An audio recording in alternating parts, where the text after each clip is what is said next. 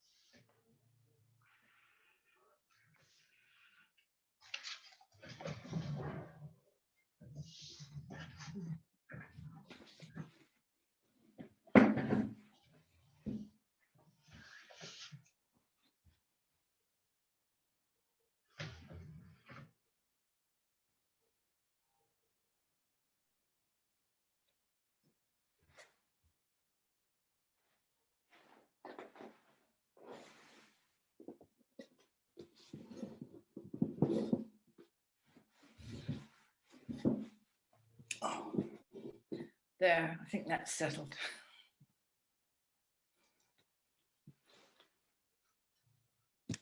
Oh, we're up to 39 people already. Good. Oh, good.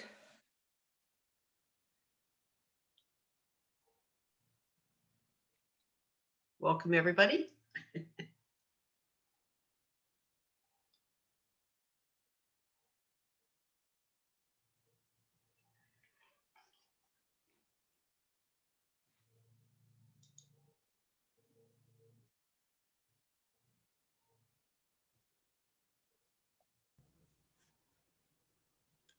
Hi. I disappeared for a bit. Yes, you did.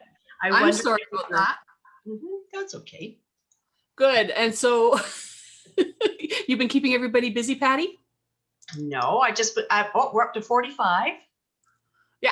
And so that's great. We've got everybody. It looks like everybody's joining us there. Sorry, something went wrong with my internet. But we've got a wonderful presentation today. If you haven't seen the other two, please go to the coastbotanicalgarden.org and check those out. If you enjoy the webinar today, we would love it if you made a small donation in order to support the Sunshine Coast Botanical Garden and these sorts of outreach initiatives. That would be wonderful. So today we have Planning Your Resilient Garden in a Challenging or Changing Climate, and we have got Sheila Watkins joining us. Sheila is a master gardener and a teacher, and she gardens out of Gibsons. We've also got Paddy Wales with us, and Paddy Wales is a driving force behind the Sunshine Coast Botanical Garden, and she gardens out of Roberts Creek. So if you have anything you'd like to say today, we'd love to hear from you. You can put that into the chat box. Make sure you toggle from panelists to panelists and participants or attendees so that everybody can see what you have to say. If you have a companion plant you'd like to suggest, or you've grown that plant before and you really think it's great, we'd love to hear from you. Put that into the chat. If you have a question that you would like Sheila or Patty to answer, please make sure that goes into the Q&A module, and then we'll be able to make sure those questions get answered. I will let the two of you take it away, ladies. Thank you so much for being here, and we look forward to this. Thank you. Thanks, Alexis. And welcome everybody to our talk, virtual talk. I'm pretty surprised that anybody's by their screen on such a lovely afternoon, but I think we've all been out in our gardens perhaps over the weekend and earlier today and we're ready to sit down and have a rest. Well, the climate seems to be changing. You've noticed. Okay, just a second. It didn't forward. Let's see, it didn't forward. Why don't you click into PowerPoint? Click on your screen there and now try it. There, thank you. No worries. So we experience these, droughts far more than we used to. And other sometimes disastrous things. That's the White Rock Pier.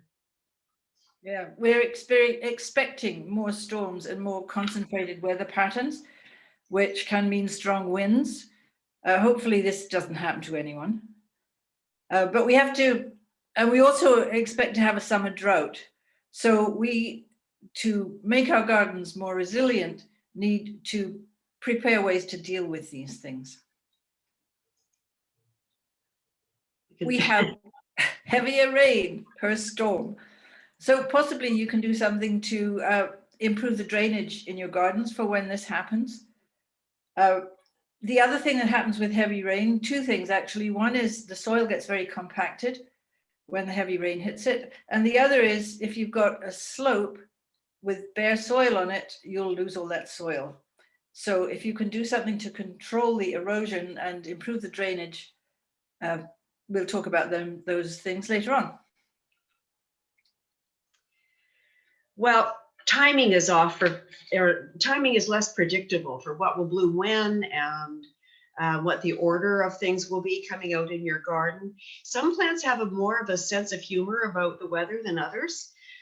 Snowdrops are famous for putting up with almost anything. I mean, they can start blooming as early as January, and we can have snow in March. So they come from a part of the world where it's snow, melt, grow, that kind of a cycle. Other plants are a lot more delicate, and they're often the ones that are developed in nurseries and specialty plants that are hard to grow, and they'll still need lots more care.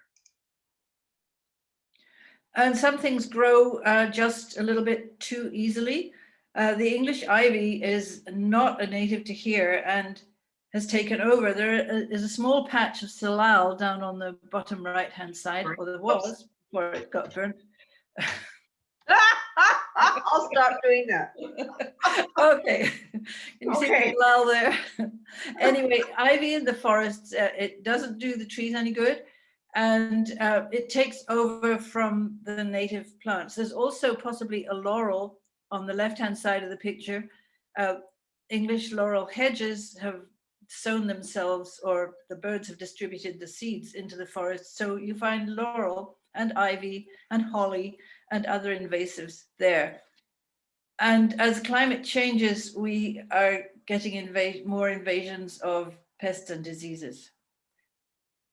So there are a few things to watch out for. Okay. As we know, the chances of fire are much more real than they seem to be a few years back.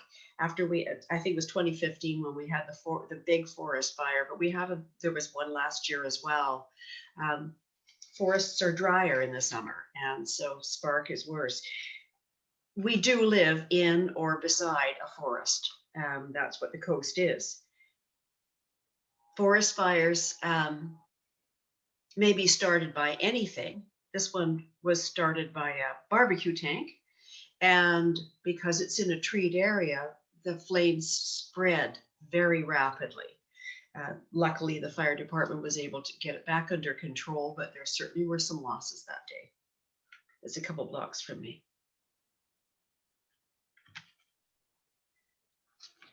So gardeners can make a big difference. This is the beginning of the rhododendron garden at the Botanical Garden, and it had previously been a mess of alders and blackberries and rows of planted trees. But by putting down mulch on that and replanting it and taking care of it, it is now a really attractive garden. Plus, the atmosphere around the garden, because of the moisture coming from the plants and all the wildlife that's there too, has improved the ecology of the whole area. As gardeners, we have a lot of power because we are already paying attention to plants and habitats around us. So I think we can be a very big part of maintaining biodiversity and healthy habits in our growing conditions, and we can be a force for good. We can look at the areas of our gardens and see which plants are doing best in which niches of the garden. And when you know what works, then which plants work, then plant more of them is a fairly easy thing to do. We have to consider the drainage and the water. We saw the picture, we talked about floods earlier on. We'll talk in more detail about good ways of watering gardens. We have to decide what things are worth keeping. Some things are obviously just not suited to the site and are better to be removed. And having done that, then you go back at the end of the year, see what worked, and change again next year. This isn't my garden. Actually, I pulled this off the internet. It's Maperton Garden in England, but it's a good way of thinking. A garden, no matter how tiny, is made up of different areas, different microclimates, different winds that hit at different times, different amounts of light and shade. The soil may be moister or drier. You may have slopes. So when we go to plan, it's a good idea to think about the whole garden plus the parts individually. It makes a more manageable problem to solve. So I would start with what it is working well, because that's not so negative, and also it's more joyous. This area is in my driveway. There's a rock wall. I knew that the top of the wall would be dry because it's raised up, and it turned out the bottom was every bit as dry because it's just gravel and a little bit of soil put on.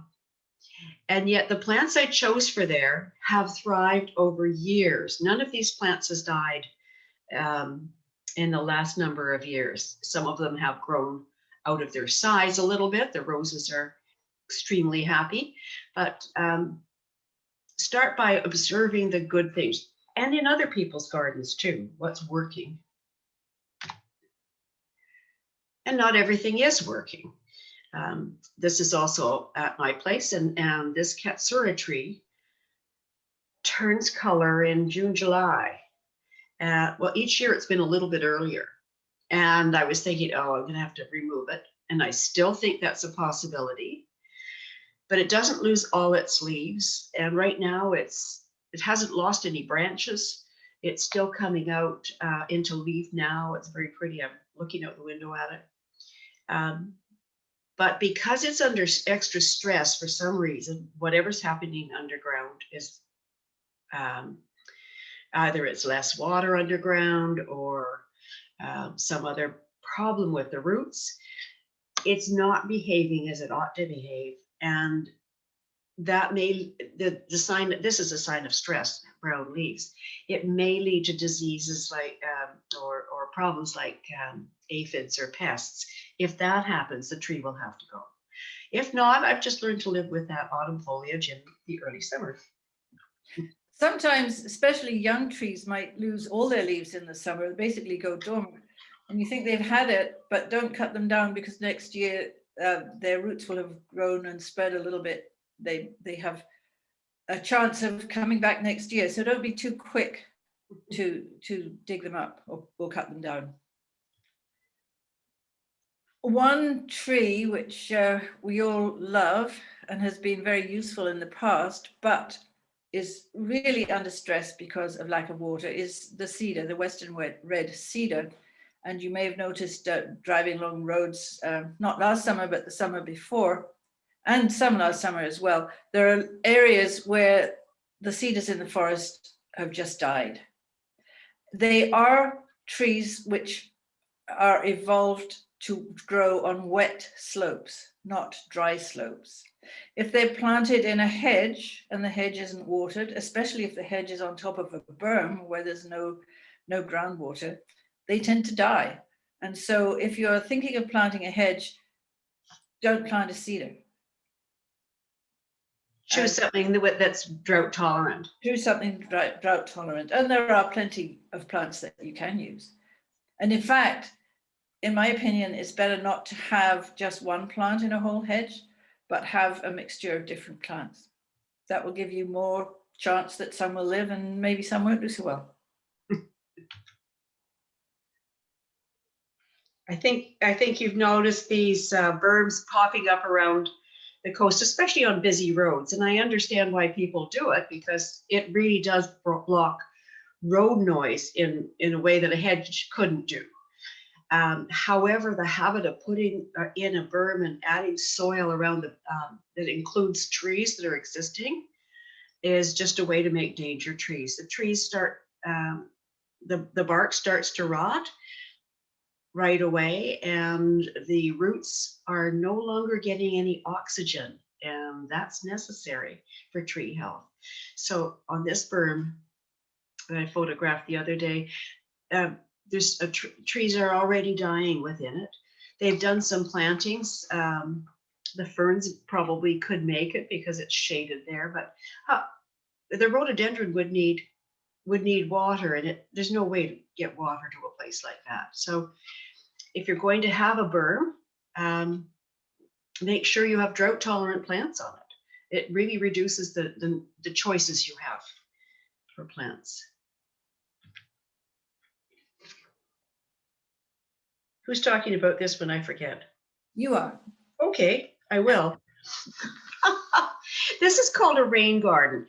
And it's rained here, and the water is in the center. This is a planned rain garden. It's been planted, and the soil and shape of the land has been made to catch the runoff. You can see it's a paved sidewalk beside. There's nowhere else for that rainwater to go except into the garden.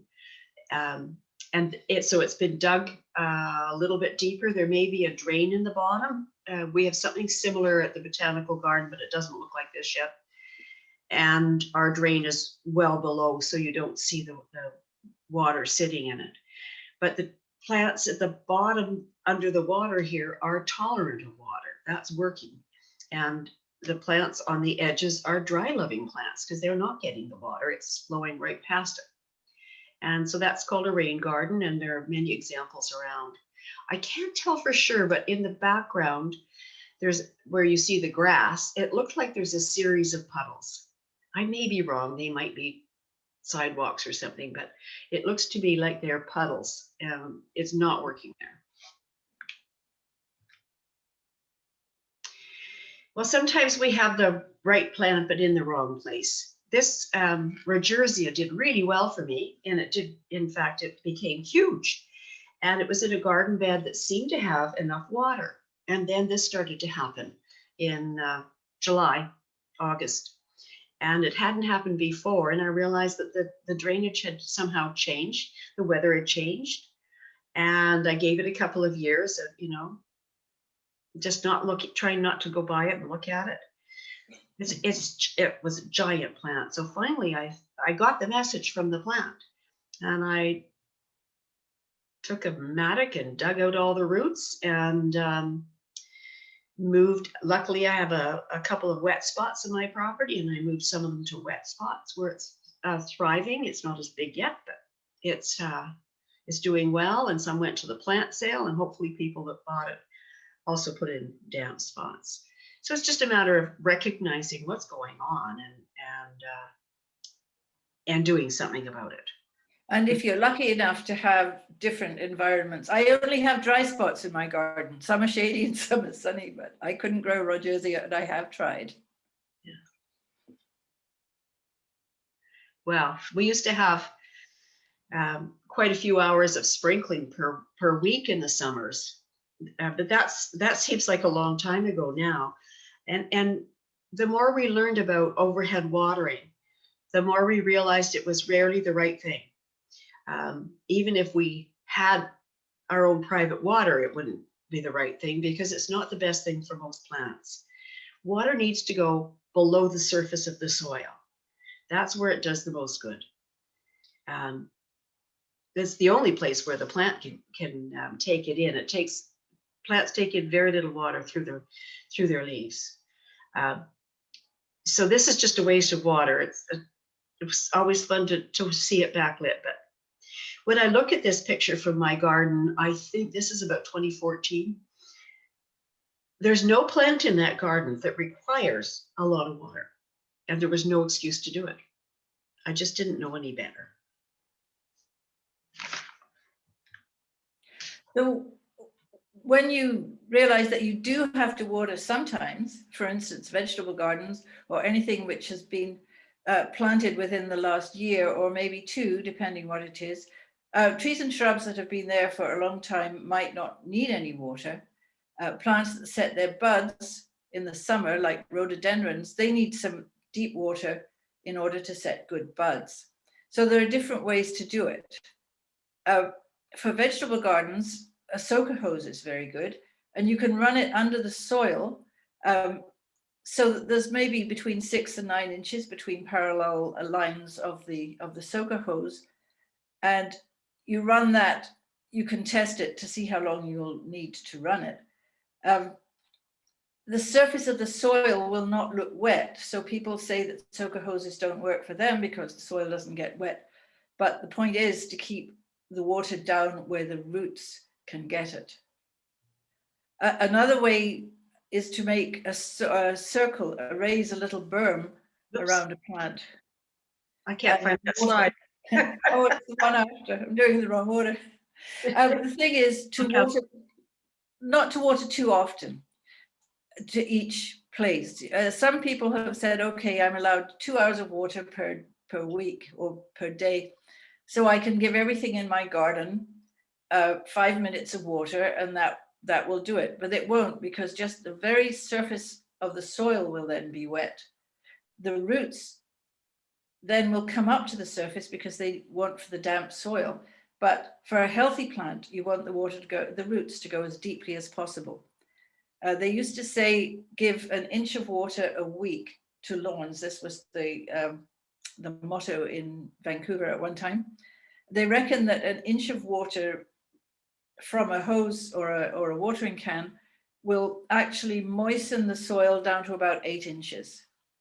So if you let the soil dry out to 6 or 8 inches, and then apply an inch of water, which you can measure by putting a cat food tin in the garden and seeing how much water sprays into it, then you reckon that you have refilled that 8 inches of soil with water, so the roots then will be encouraged to go down to the 8-inch mark, which would be healthy.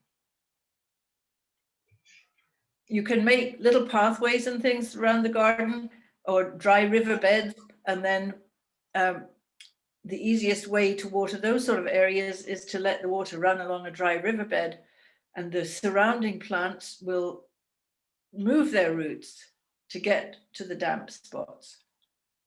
I think that slide might come up, but not in order. I hope you're already storing some. Don't know why this is. Alexis, do you know why I have this coming up on my screen? Yeah, just click your screen and don't click any of the next or anything. Just click beside it. Okay. It should go away. Thank you. There you go. So there are lots of ways to store water, and if you're not storing water now, I would start with that right away. It's been a dry spring so far, and I hope we get our good spring rains. But don't wait until it starts to dry out to buy a rain barrel or something. I think this system on the left is one of the most handsome ones I've ever seen in my life, and I covet it. It's big enough to hold a fair amount of water. Now, the one on the right has a lot of advantages in that the water at the top is giving pressure to where you take it out in the hose in the bottom, and pressure does help. There are so many systems available. Currently, I'm mostly using garbage cans, and I either fill them with drip and drips from the eave, or in near my vegetable garden, I actually fill a garbage can from the from the hose, because it's too far away from anything else and I can't carry a big thing of water. So I do that early in the season when we have the water, and then use it later. We have lots of garbage cans too, scattered around in useful places, and we're lucky because our garden is on a slope with the house at the top, so the rainwater from the eaves gets stored originally near the house, and then we feed it from that down into the other garbage cans. And then to do the watering, just use a watering can from the garbage can. Incidentally, we always put lids on those garbage cans so we don't have a problem with mosquitoes. Exactly. Here's the slide you wanted. Oh, that's right. Yes. Okay. So the plant that is in the little picture on the right has a raised berm around it. So when you water, the water will go down around the roots of that plant, which is what you want. Just around the, not just around the stem of a plant. If you're watering something outside, look for the outside edge of where the leaves go to, known as the drip line, and water around there, because that's where the youngest, freshest roots are. And they're the ones that need the water most.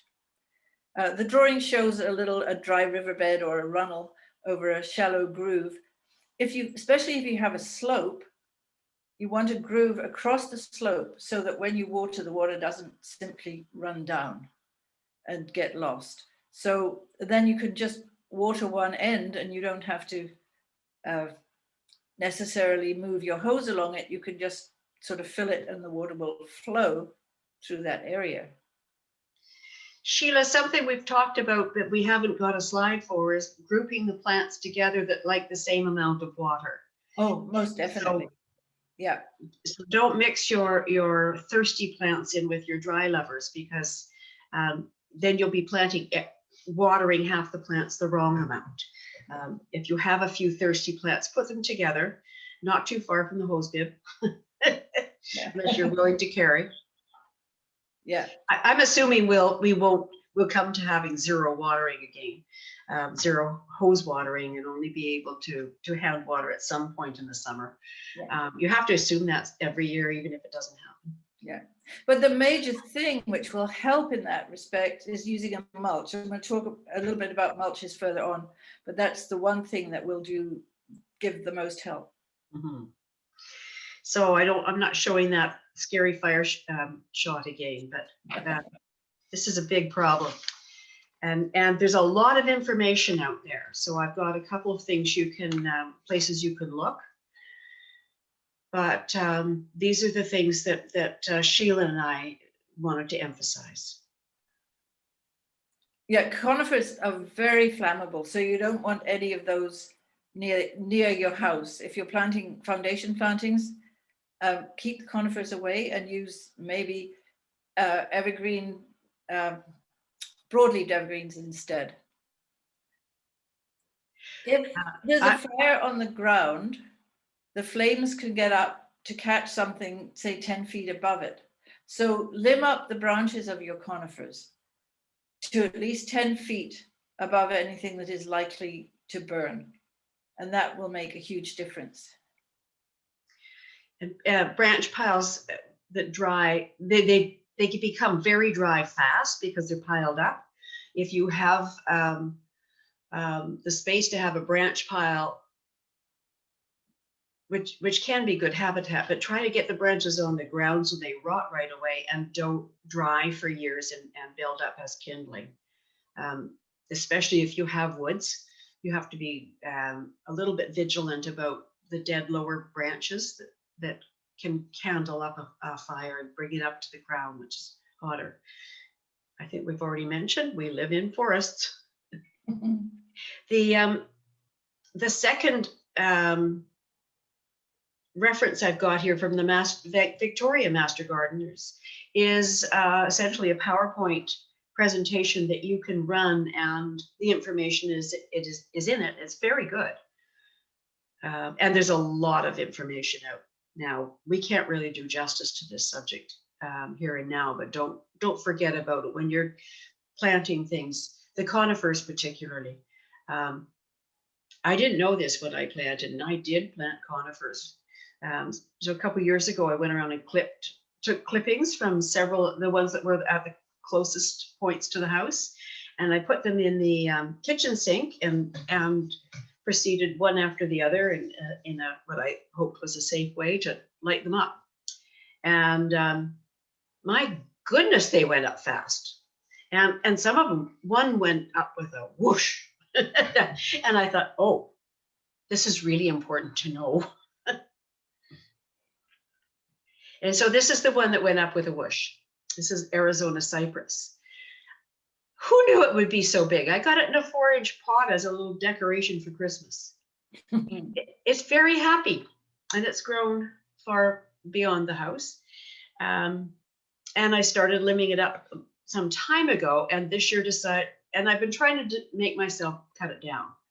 I haven't been successful at cutting it down yet because I really love that tree. There have been nests in it, and it smells good. It's good for Christmas wreaths.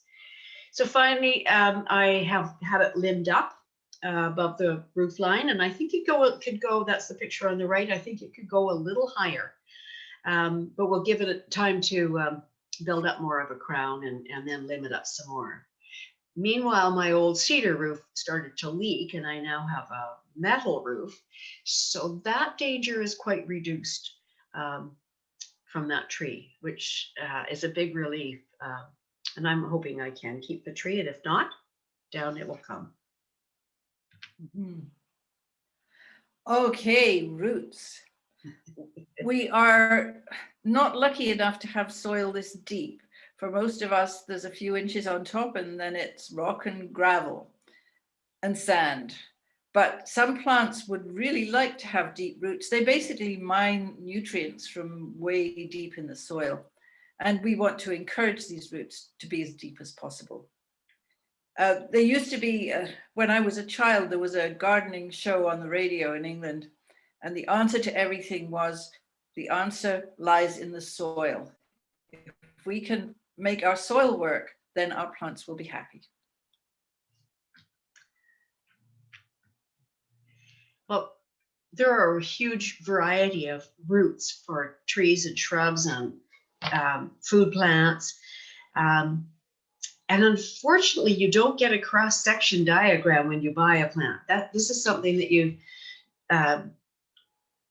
it's not straightforward to find the information. You probably know that a taproot is what a dandelion has, but you might not know many of your other plants.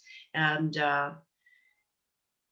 that's a bit of a problem. You might want to read a bit deeper about, that's funny. Read a bit deeper about your plants to understand what's happening underneath the soil.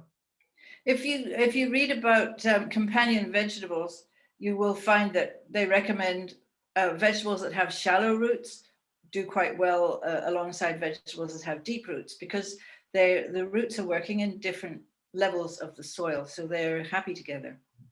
And the same with ground cover plants and shrubs. Usually they will tolerate or complement each other. Mm-hmm. So this is what we have is shallow soil, as Sheila mentioned. The picture on the right is a large tree that fell down. I think it was a cedar. And you can see that the base of it's just like a table upturned. The roots are very shallow in our forests. So the roots go out like the diagram in the left and not down. Our plants in general, unless we happen to have deeper soil, are going to do this. There's just not the depth. In a garden bed, you could build up the soil and have quite a good depth of soil. If you're gardening near cedars, the cedar roots are all along the top surface and they just come in. As many of you have found out, that shallow roots go wide. But thinking back to that picture of all the different kinds of roots there are, these are all things that have those storage compartments in their roots. They're not just fibrous. They have little thick rhizomes or corbs. There's all kinds of bulbs you're familiar with from tulips. And these things go through the whole season, from earliest spring through to fall. The crocus in the lower left is colchicum, and it's just putting up leaves now, but these will come up in October. So we can have this kind of change in our garden through the year while we have good plants that, because they're storing energy underground, they're less susceptible to drought. So some roots, as we said before, will go deeply, and in our gardens, particularly in a new building site, the soil can be very compacted underneath. And so the deep-rooted things will not be able to pierce through it. So it's a good idea to reduce the compaction on a new site before you start planting. Even though we don't expect the cedar roots or some of those other things to go deeply, some things should always be penetrating. I'm not sure if 10 feet is reasonable in our soil. Well, I've heard about morning glory being 15 feet underground, so there are some deep things. It's in Pale too. But anyway, the soil has got to provide water and nutrients and air to the plant, as well as holding it up. So so we need to take great care of the soil, and we need to find out from various sources what plants like, and individual plants like different things. There are some good websites here. The Great Plant Picks is an amazing organization. They probably started 20 years ago, something like that. And they have recommended plants that are available here that will grow well in the Pacific Northwest. And the people involved in choosing them have come from a variety of botanical gardens. And I think the horticulturalist at Van Dusen Gardens was once on the committee, and there's some from Seattle and various places. So they have recommended more plants each year, and they are generally good ones that will grow here. They have excellent plant lists too. Plants, they'll have a whole list of good shrubs or plants for attracting birds, or all different categories of lists, as well as just individual plant listings. Even things that are deer proof. Yes, if proof is the right word. The Missouri Botanical Garden has a wonderful database about plants, and they're probably about a zone 5. So if it'll grow there, it'll grow here. It's colder than we are. We're generally a zone 7, 8 on the Sunshine Coast. And the Royal Horticulture Society has an excellent website. And the English climate is similar to ours, but they're not used to having such a drought as we do in the summertime. So, but for a lot of things, I recommend English gardening books over gardening books from, say, Edmonton or New York, because they do have a very similar way of growing things. If you're looking just at random on the internet, be very careful that the advice you get is applicable to the Pacific Northwest, because there's all sorts of recommendations for other places. And there's a lot of commercial sites where they have product to sell. So yeah, I think it's good to have these, which are all 3 of these are non-commercial sources of information. And if only they would tell you exactly about the roots, it would be even better. You'll find some information about roots there. Yeah.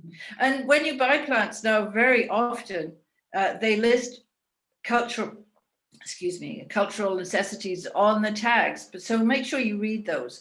The hardiness zone, we are probably here in Gibsons, I think I'm zone 8, but Paddy's probably zone 7, I'm not sure. And the botanical garden is relatively cool as well. You need to know the soil type, the light, the size, ultimate size of what you're planting, and the moisture needs. So that information is now often available on the label. Interesting about the height and width of the plant. Oftentimes the labels are not generated for our West Coast, for the Pacific Northwest, and a plant tag might have the height and width for another climate zone, and we have enough rain in our every 12 months that our plants can be much, much taller and bigger, faster. Yeah. Winter rain. Yeah. Yeah. Cautionary tale, the 4-inch pot that covered the house.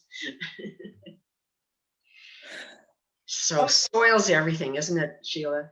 Yes, soil really is.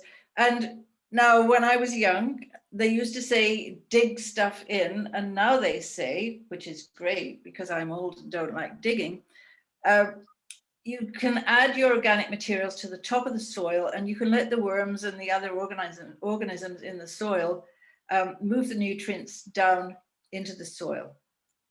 So you want to add organic matter. This is what makes sandy soil hold more water. It makes a clayey soil open up more and have more air in. Arborist chips are good, composted leaves, kitchen compost, well-rotted manure, and I don't know what the Boy Scouts are doing this year, but they have in the past sold manure at this time of year. You don't want to add manure in the fall before heavy rains because all the nutrients in it will just wash down into the ocean, and we don't want to waste it. So manure in the spring, compost more or less anytime, and just lay it on top. Sheila and I have debated about mentioning seaweed. It's much more controversial than it was because too much seaweed has been harvested and commercially, and it damages those ecosystems.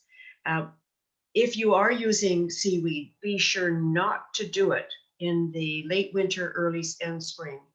That's damaging fish stocks or shellfish stocks. All kinds of things have their reproduction is dependent on seaweed that comes and goes. So if you are using seaweed, please restrict it to the fall. You can use it in your compost, but I use it in my raspberry beds and on my rhubarb especially. And it's good on asparagus too. Oh, it would be. Yes. Yeah. Lots of micronutrients in it. Yeah. Yeah. But we can't take too much, please. That's right. Oh, look at this. I had these to come up. Sorry. Leaf mold. Leaf mold is perfect stuff. I mean, it's gold. Gardener's gold. Yeah. And it's good for lazy gardeners because you just put the leaves in a pile. You just add them. You don't have to turn it. You don't have to hide the stinky stuff against the bears. You just put it in a pile. It doesn't have to be in a compost bin. It's nice that there's air getting in around from the wire here, but I just keep adding all year. And then once or twice a year, I just dig down. The bottom half of the pile will be just pure gold soil. It's excellent. I use it around all my potted trees, around new plantings of trees. It's really good for woody plants, trees and shrubs, of course. And so it's a very low amount of work because I remember finding a man putting bags of leaves out. He was going to drive them to the green waste. And I said, "Excuse me, can I have them?" And I brought them home and I told him what I was going to do with them. Well, he hasn't put them out ever since. So he learned. He'd given away the best stuff.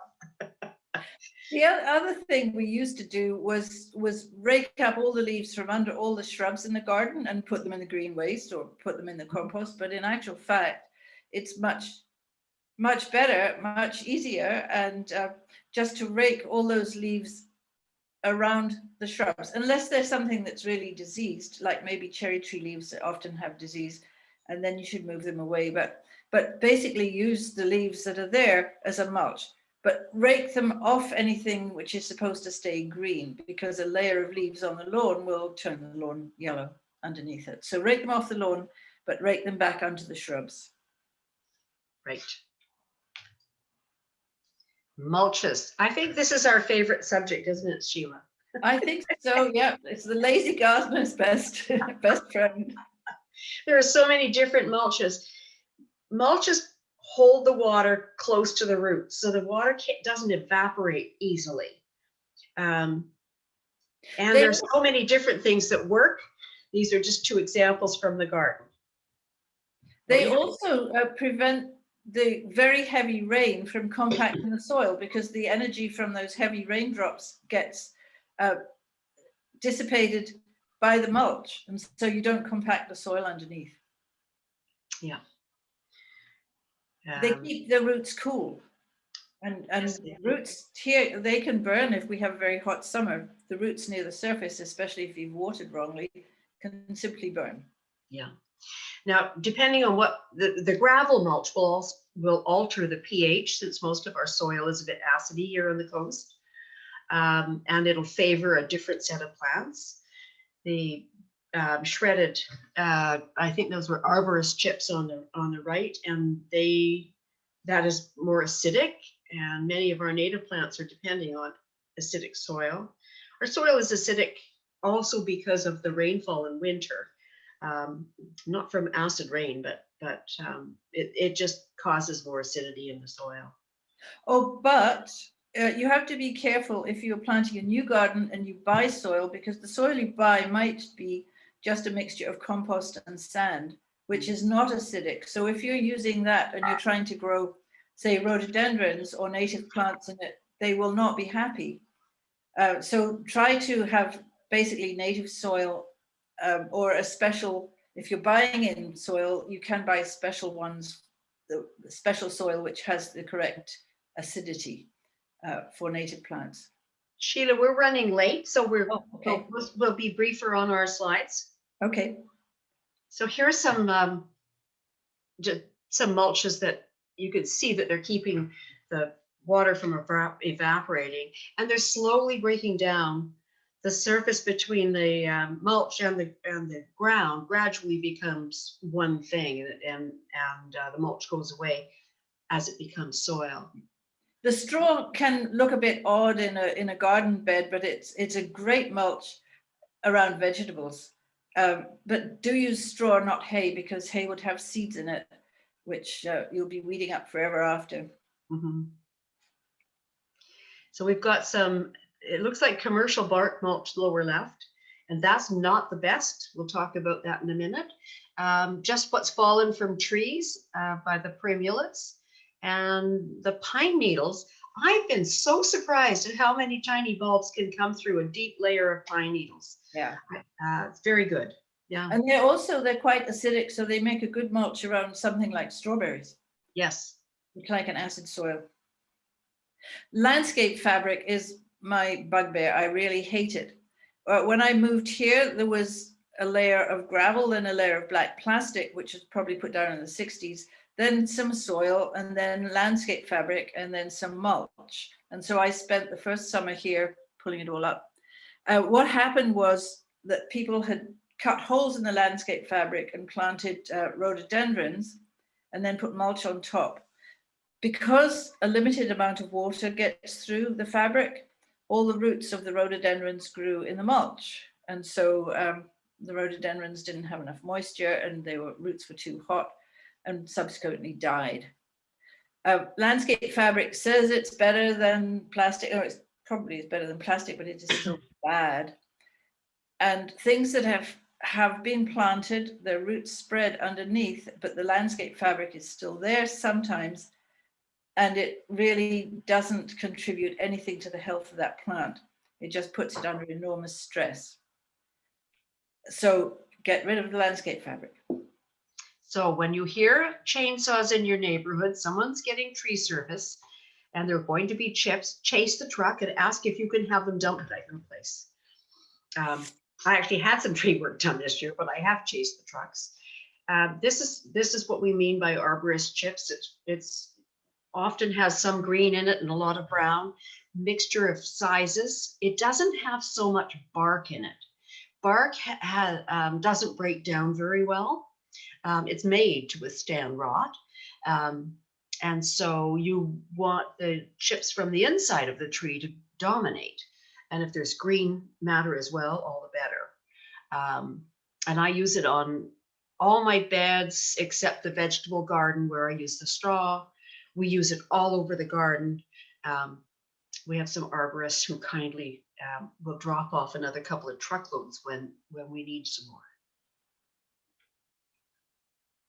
So we've been planting more trees at the Botanical Garden for the entrance project. And this is Susan Box putting in some boxwoods.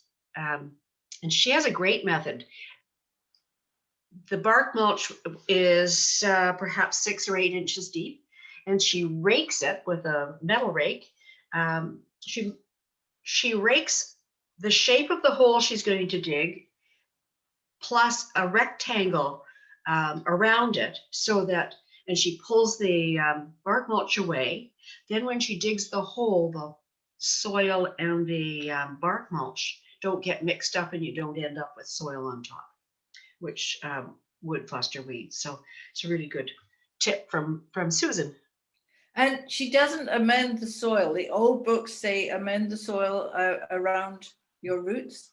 Instead, you use the soil that's there already. And if you want to add some amendments, you do that on top. The idea is you don't create a little space of good soil, which the roots would be happy to stay inside. You want to encourage the roots to spread out into the regular soil as much as you can. So plants, of course, can be good ground covers and have some of the functions of a mulch. Ground covers are meant to grow big and take up space, so you have to monitor them. The ones that grow on running stems, ivy that used to be sold for this, things like that, they can get out of control very quickly. This Japanese forest grass will keep expanding, and I have to stay on top of it and remove some every year. Just decide where you want the boundaries of your ground covers to be, and monitor those boundaries carefully. Yes.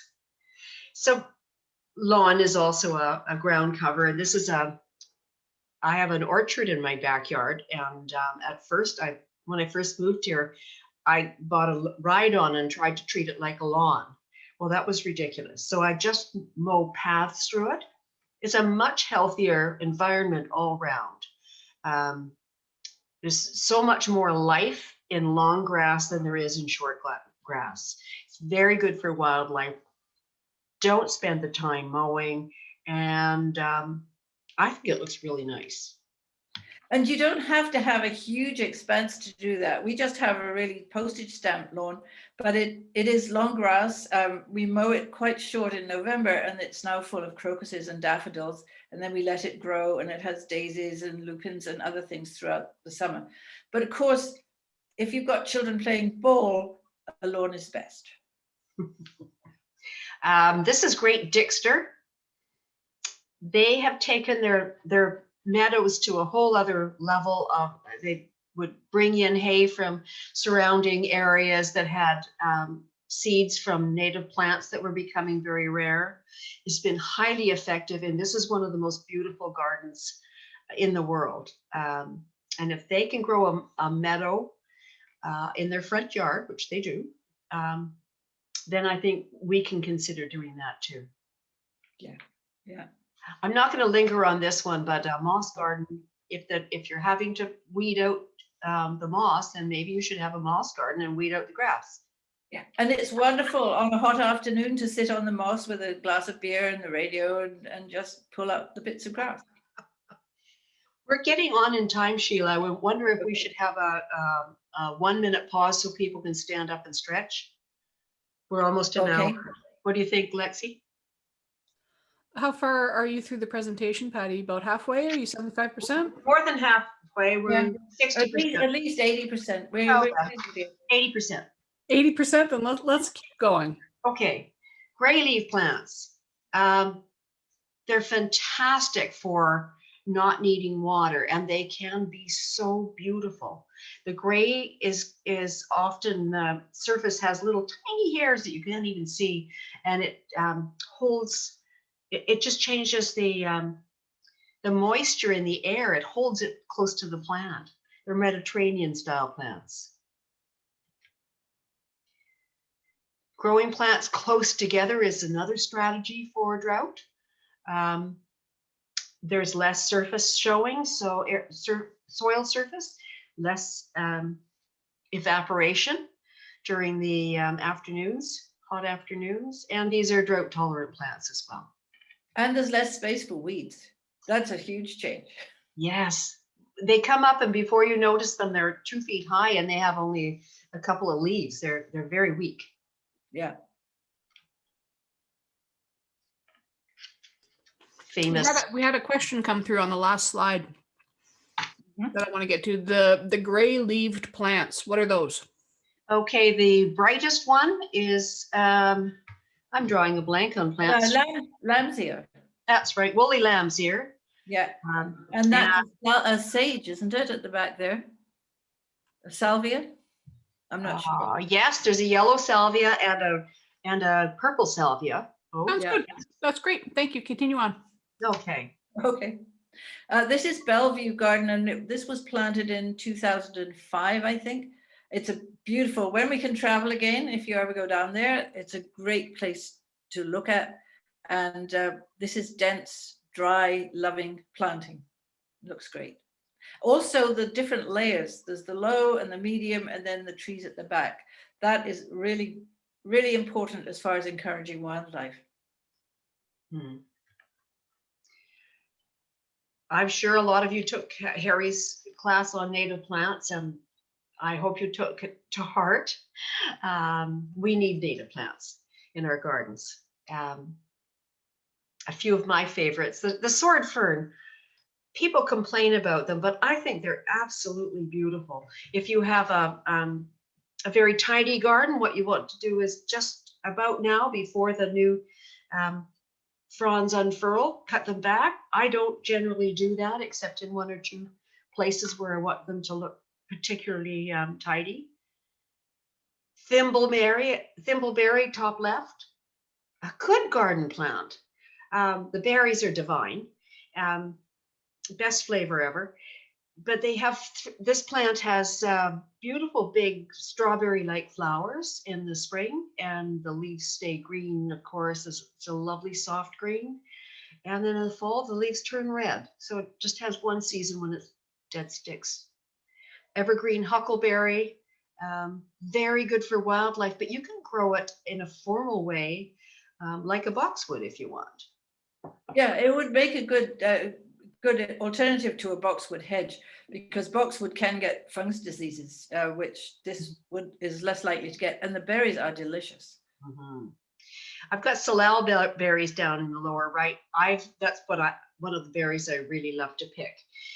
People have trouble with salal because it is very rude in a garden bed with other garden flowers and plants. It belongs where it can be on the edges of your garden or where there's room for it. If it gets too tatty, you just cut it back and it will come back. I wouldn't cut it in the middle of the summer. I would do it over the winter, and it'll come back with beautiful leaves and the bonus of the berries. Yeah. But you don't have to be limited to native plants for the berries and for the environment. There are a lot of plants which grow in similar environments around the world, and our insects like them as much as they like the native ones, and some of them produce berries too. So don't feel that you are limited just to native plants. Oops, sorry. Here we are nearly at the end. Just a summary of the things we have. Just go top left from current slide. There you go. There we go. I'm trying to get the words up, Lexi. Oh, there. Okay. Magic. Plant trees, keep trees. You know, if it's hot in the summer and you're under a tree, it's cooler than if you're under an umbrella, because trees add moisture to the air and make it more comfortable. They do.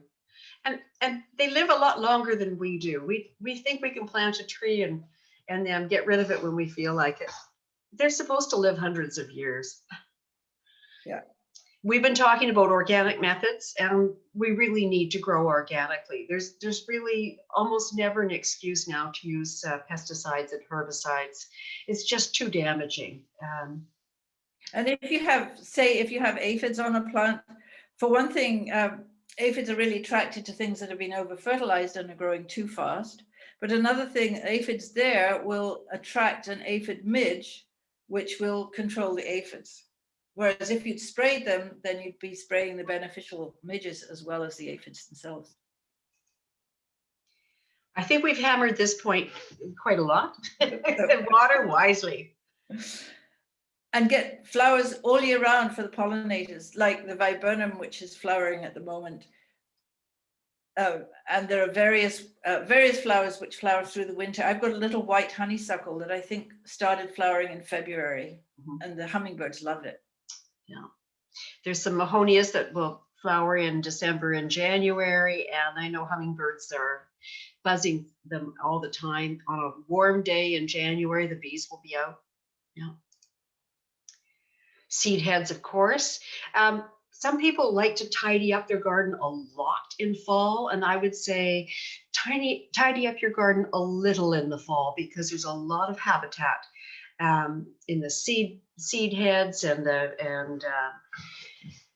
there's a lot of insects and birds depending on it. And if you can have some rough areas, compost areas perhaps, where animals can shelter. I think that's really important. Yeah, yeah. So here's a little sum up. Think about your garden. Go out now with a notebook and see what changes you can make easily. Remember too that this year you might well be entertaining people outside, so leave spaces that you can put chairs far enough apart that you can talk to your friends. Good point. Observe your plants and what they're doing at different times. I use a camera rather than a notebook. Sheila's a notebook person. However you do it, write down your observations more than you expect to. A photograph of your plants doesn't have to be a pretty picture. You're trying to get information to make decisions later.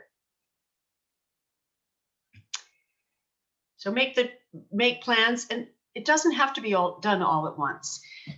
Maybe take an area that is suffering a lot and really put your energy into that. You can change up plants. You can move plants around to, so that something that is looks awful isn't beside, because it's not drought tolerant. Move it somewhere where either you can give water or it doesn't, or get rid of it and replace it. And this is a good time of year to do that. You want things to be settled in before potential drought in the summer, or make plans and start moving things around in September, because then they'll have the whole winter to settle in. I like March, April, and November for planting. Yeah. So we've talked a lot about protecting your soil, both the drainage and the mulch. We talked a lot about this. We've just talked about habitat values, but really enjoy your garden. That's what's the most important. That's right. And to make all your plants more resilient, this is why we're doing all this. You can neglect a garden, and some things you can come back 20 years later. Some things will still be there, but some won't. And you want to keep the plants that you've chosen to be as healthy as you can. We could stop now, Alexis, or there's a couple more slides. We could tell some stories. Maybe we should stop for questions first. Sounds good. Why don't we do a little bit of Q&A? Okay. And I think that this has been really valuable. Thank you both so much. And it can be, for me, kind of novice gardener, it can be intimidating, listening to the master gardeners who've been doing this for years and everything. But I love your hacks for lazy gardeners. These are awesome. Okay, so we're going to start off with some questions here. So we've got the first one. I'm new to the Sunshine Coast, having moved from the Lower Mainland. Welcome, Esther. What are the biggest challenges I can anticipate? Deer, that's a great one. Yeah. Paddy, anything to add? There are books that list deer plants that are resistant to deers, but just remember that deer can't read, and they will test everything, particularly the young deer.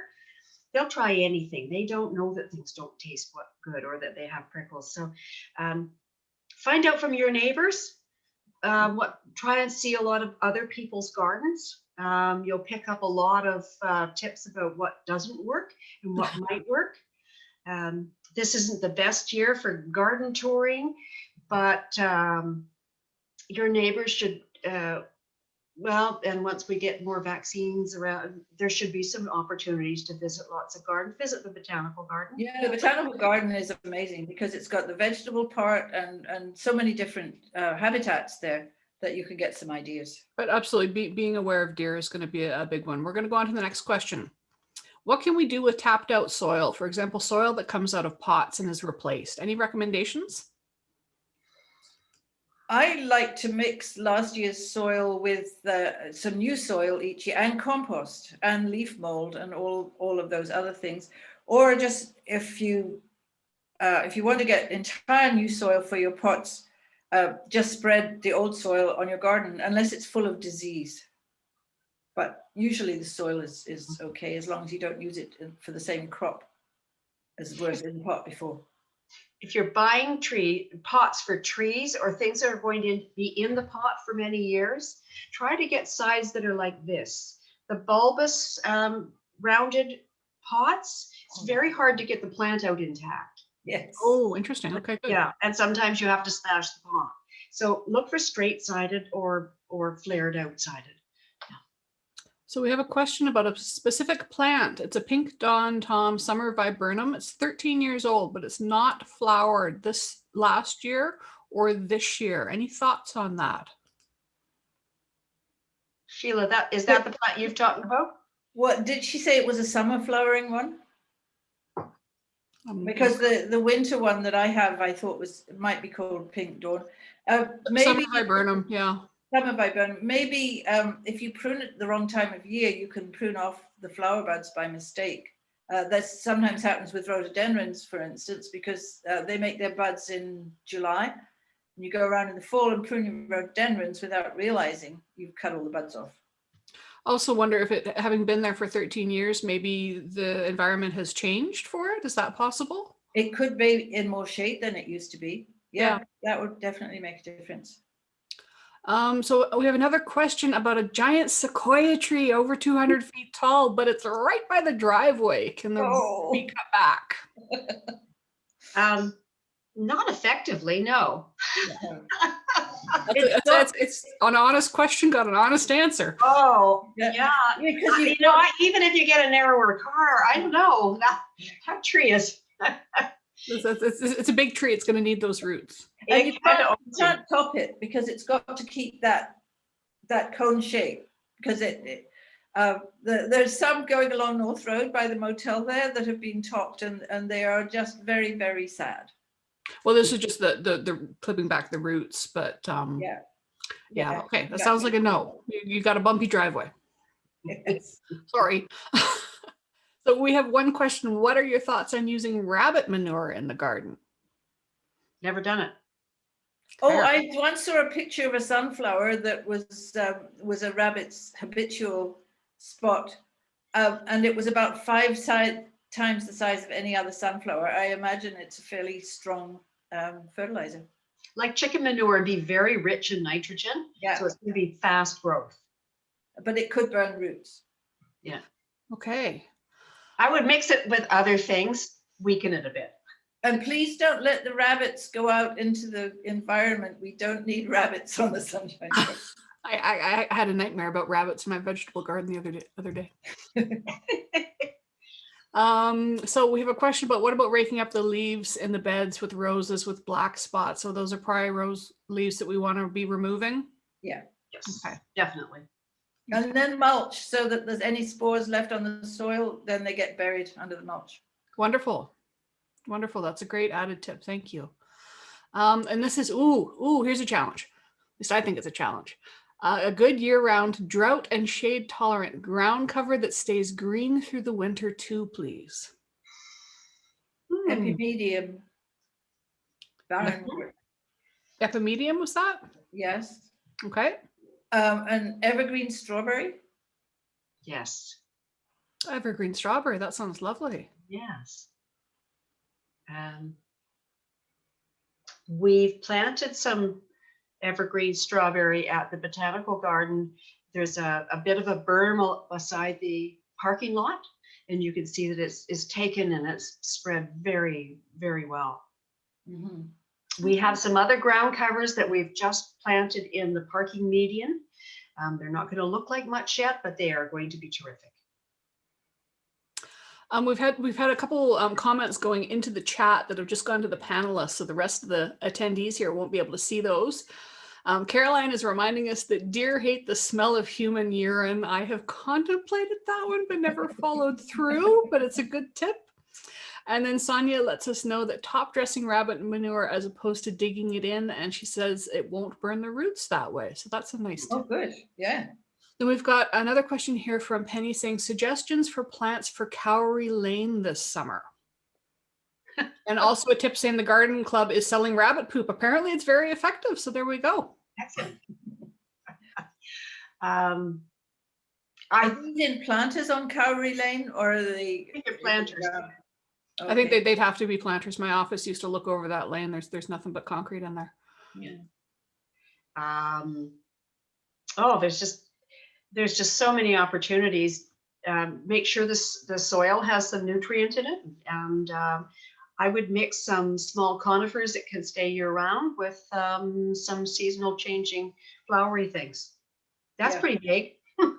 Sounds good. So we've got through our questions that are up there now. Did you have a few more slides you wanted to run through? Sure. Now let's see. I go back to share screen. And there it is. We are not seeing. Oh, there it is. Okay, that's where I was. Yeah.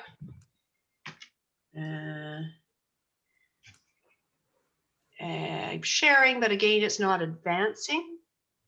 Just click on the screen there. Just click on your slide. And now we'll try to advance. There you go. Okay. So a couple of places that have had big changes, which have resulted in more robust or more climate sensitive or more climate appropriate plantings. This is a laurel hedge. I had a laurel hedge that was about 30 feet deep, and that used up a lot of property. It was a nightmare. And year by year, I've been in my house about 20 years, so year by year it got a lot bigger. And the first 10 years I did nothing, and then I had it pruned professionally, and that was expensive. And then 5 years later I did it again, and after that I had to have it done every single year, and I decided that was ridiculous. Not great habitat. There's the blue jays and the bears eat the berries, but I had seen nothing else growing anywhere near it, and no other birds' nests or whatever. So I hired an arborist to cut it down and chip it. I kept the chips. We cut lengths from the tallest bits, the trunks, and made a funky fence. The roots taken out. So it was a big expenditure in 1 year instead of spread out over several years. Only now I have something new instead of the same old hedge. Picture in the lower right is what it looked like by the next fall. Maybe a year and 4 or 5 months later. It looks like something. You can see I've put some soaker hoses in. Turns out my source of water, which was a tank, didn't have the pressure to run that. So I actually, in the first summer, I carried the water, dragged the hoses, and watered at the base of each plant all around it, counting 1, 2, 3, 4, 5 for you, and then to the next one, and then back to the first one to make sure the water went deep. I now don't water it at all, except the rhododendrons. I do a little circuit for the rhododendrons. That's really in June. I'm just not going to answer that. June, July, the rhodos need a bit, and nothing else is needed water. It's completely filled in. The privacy is back.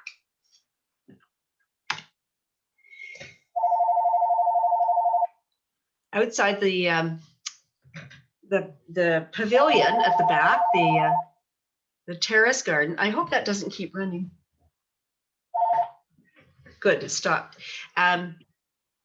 It was overgrown. It was weedy, and some plants were not doing so well, so we bit the bullet and took everything out on one half and took about half of the things out on the other half.